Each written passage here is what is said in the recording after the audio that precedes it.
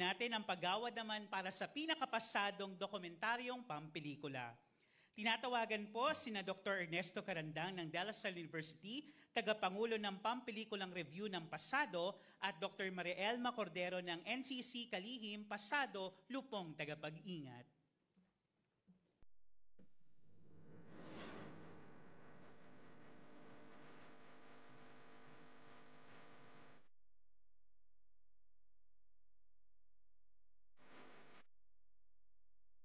Isang karangalan na maibigay ko sa inyo ang mga nominado para sa pinakapasadong dokumentaryong pampelikula.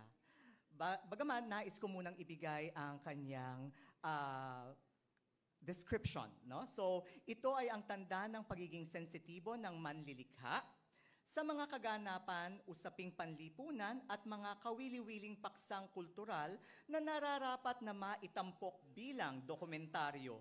Ang mga dokumentaryong ito ay imbakan at salukan ng mga kaalaman, sa gayong ito ay isang pagmumuhon ng mga opinyon at koleksyon ng perspektibo ng mga natatanging autoridad sa mga larang na may kahalagahan para sa lipunan at bayan. Ito ay mayroong layong makapagturo, makapagpamulat, at magpalawak ng pag-unawa ukol sa mga mahahalagang usapin sa loob at labas ng bansa. Ang mga nominado sa taong ito ay Naisang Sangayan Adaga ni Melver Ritz Gomez at ang Di Nyo Ba Naririnig ni Elvin J. Macanlalay. Ipinagkakaloob ng pinakapasadong dokumentaryong pampelikula ang gawad na ito sa walang iba kundi kay Melvin Ritz Gomez ng Naisang Sangayan Adaga. So, bigyan po natin siya ng masigabong palakpakan.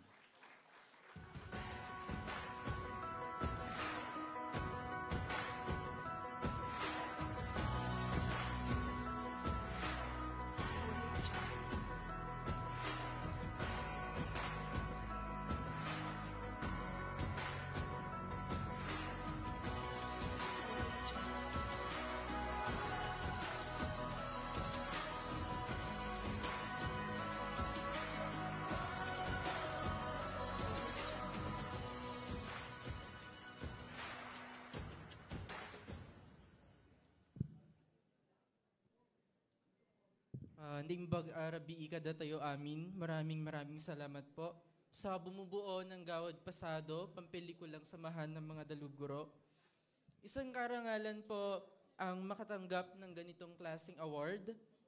At kami po sa Ilocos Star Films, Pelikula Ilocana ay patuloy na magkukwento, patuloy na magbabahagi ng mga naratibong sumasalamin sa kultura, sa sining at identidad, gamit mismo ang aming sariling wika sa amyanan.